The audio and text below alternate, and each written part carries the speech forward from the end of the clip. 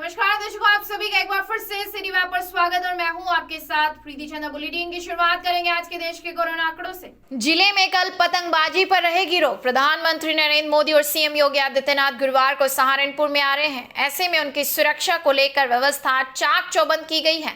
जिला प्रशासन ने गुरुवार को पतंगबाजी पर पूरी तरह से रोक लगा दी है। यदि किसी ने पतंगबाजी की तो उनके खिलाफ कड़ी कार्रवाई की जाएगी। सुबह 7 बजे से रात 10 बजे तक पतंगबाजी पर प्रतिबंध रहेगा। हिजाब की रोक का विरोध करने वाली छात्रा को जमीयत उलेमा हिंद देगी 5 लाख रुपए। मौलाना मदनी ने कहा कि देश की बेटियों से अपने संवैधानिक और धार्मिक अधिकारों के लिए सजग रहना चाहिए।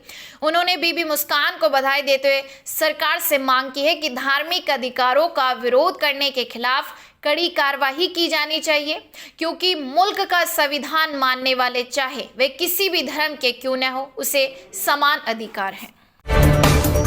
प्रधानमंत्री नरेंद्र मोदी के आगमन को लेकर सभी बीजेपी कार्यकर्ता जुटे तैयारियों में। कोरोना गाइडलाइन की सभी नियमों का पालन करने की कही बात। प्रधानमंत्री नरेंद्र मोदी कल सहारनपुर में आएंगे। कोरोना की गाइडलाइन को ध्यान में रखते हुए सोशल डिस्टेंसिंग के साथ सभी कुर्सियां लगाई गई हैं। वहीं आपको बता दें कि सभी कुर्सियों को नगर निगम द्वारा कोरोना को ध्यान में रखते हुए सैनिटाइज भी किया गया है। आपको बता दें कि इस दौरान बीजेपी रीजनल प्रेसिडेंट मोहित बेनीवाल ने बैठक में पत्रकारों से प्रधानमंत्री नरेंद्र मोदी के कार्यक्रम को लेकर क्या कहा, सुनिए।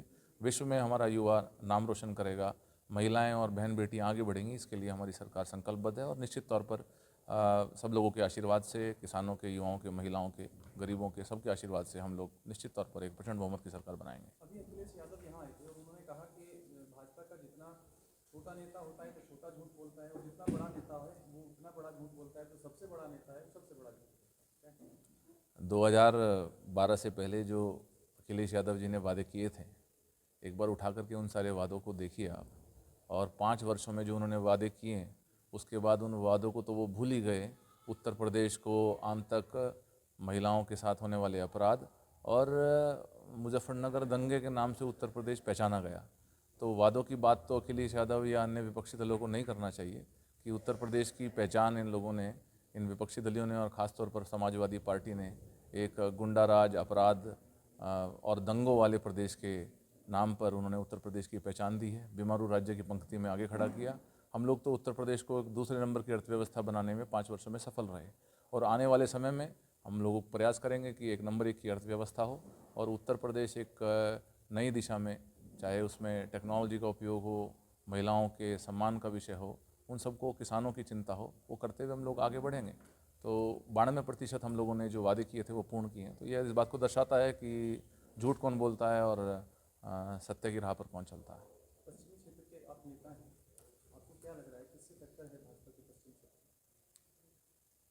जनता का अभूतपूर्व समर्थन हम लोगों को मिल रहा है। लोगों का आशीर्वाद भी बहुत अच्छे से हम लोगों को प्राप्त है, और जैसा वातावरण अभी लग रहा है उसको देख करके ऐसा लगता है कि निश्चित तौर पर विपक्ष या गठबंधन 2019 का चुनाव भी इस बात को दर्शाता है कि 2017, 14, 17 और 19 के चुनाव में विपक्ष पहले अकेला था, अब अलग अलग लड़ रहा था। 19 में सब लोग एक हो गए, उसमें भी हम लोग सफल रहे उनको मात देने में। तो इस बार लड़ाई हमारी अपने से ही है कि हम इस बार 300 से ज़्यादा कितनी सीटें ले पाएंगे और अपने मार्जिन कितना बढ़ा पाएंगे। ये हम लोगों की लड़ाई हम लोग लड़ रहे हैं। 4 दिन पहले मायावती जी भी यहाँ पहुँची थी और उन्होंने कहा कि भाजपा ने धार्मिक उन्माद पैदा किया है और अल्पसंख्यकों का और दलितों का उत्पीड़न किया। ये आप किसके, कौन पहुँचा था? मायावती बहन जी अभी उन्होंने विषय रखा होगा, लेकिन दलितों का सम्मान बढ़ाने का काम इन 5 वर्षों में जितना हुआ है वह किसी पूर्व की सरकारों में नहीं हुआ है। आप अन्न वितरण की योजना देखें, 15 करोड़ से ज़्यादा गरीबों तक अन्न पहुंचाने का काम माननीय प्रधानमंत्री जी के नेतृत्व में हुआ है। प्रधानमंत्री नरेंद्र मोदी सहारनपुर से साधेंगे वेस्ट यूपी को। सहारनपुर में 14 फरवरी को मतदान होगा। चुनाव को लेकर हर पार्टी ने अपना पूरा जोर लगा रखा है और मुख्य पार्टियों के दिग्गज नेता सहारनपुर आ चुके हैं। अब सहारनपुर में प्रधानमंत्री नरेंद्र मोदी आ रहे हैं। देहरादून रोड स्थित रिमांड डिपो के मैदान में पीएम मोदी जनसभा को संबोधित करेंगे। वहीं पीएम मोदी की जनसभा को लेकर तैयारियां जोरों पर हैं। सोशल मीडिया पर खूब वायरल हो रही यूपी पुलिस की पुष्पा वीडियो। वन तस्करों को लेकर यूपी पुलिस द्वारा बनाई गई वीडियो सोशल मीडिया पर खूब वायरल हो रही है। सहारनपुर के एसएसपी द्वारा पुष्पा से जुड़े ट्वीट के बाद यूपी पुलिस ने भी एक वीडियो शेयर की थी, जिसमें पुष्पा के डायलॉग और पुलिस द्वारा बरामद 20 लाख की कीमत की लकड़ी की कुछ तस्वीरें जोड़ी गई हैं। सीएम योगी आदित्यनाथ 12 फरवरी को बड़गांव में करेंगे जनसभा। विधानसभा चुनाव में अपने प्रत्याशियों की जीत सुनिश्चित करने के लिए पार्टी के मुख्य कर्णधार कोई कसर नहीं रखना चाहते। मुख्यमंत्री योगी आदित्यनाथ एक माह में दूसरी बार देवबंद क्षेत्र में आ रहे हैं। सीएम योगी आदित्यनाथ अब 12 फरवरी को ठाकुर बहुल क्षेत्र बड़गांव पहुंचेंगे।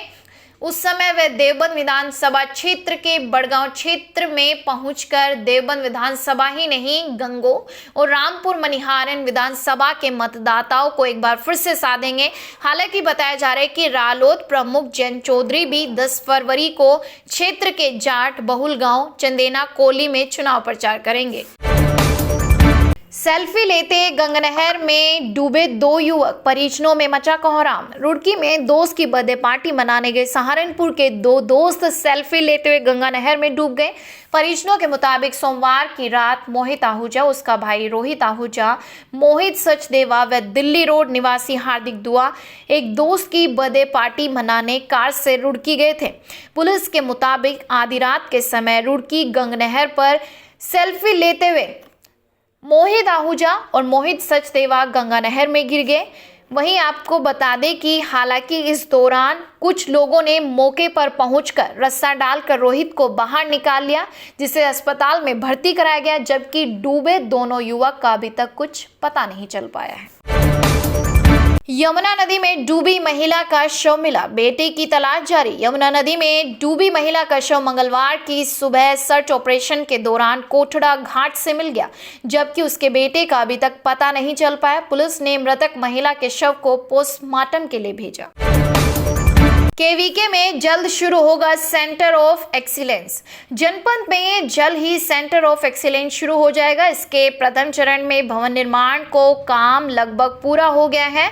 इसमें मशरूम व आम उत्पादकों व मधुमक्खी पालकों को न सिर्फ नवीनतम तकनीकी जानकारी मिलेगी, बल्कि इनके उत्पादों में वैल्यू एडिशन के गुर भी सिखाए जाएंगे, जिससे किसानों को उनके उत्पादों को अधिकतम लाभ मिल सके। देश प्रदेश से जुड़ी हर खबर पाने के लिए सब्सक्राइब करें हमारे YouTube चैनल सिटी वैब को। अगर आप हमें Facebook या Instagram पर देख रहे हैं, फॉलो करना बिल्कुल मत भूलिएगा।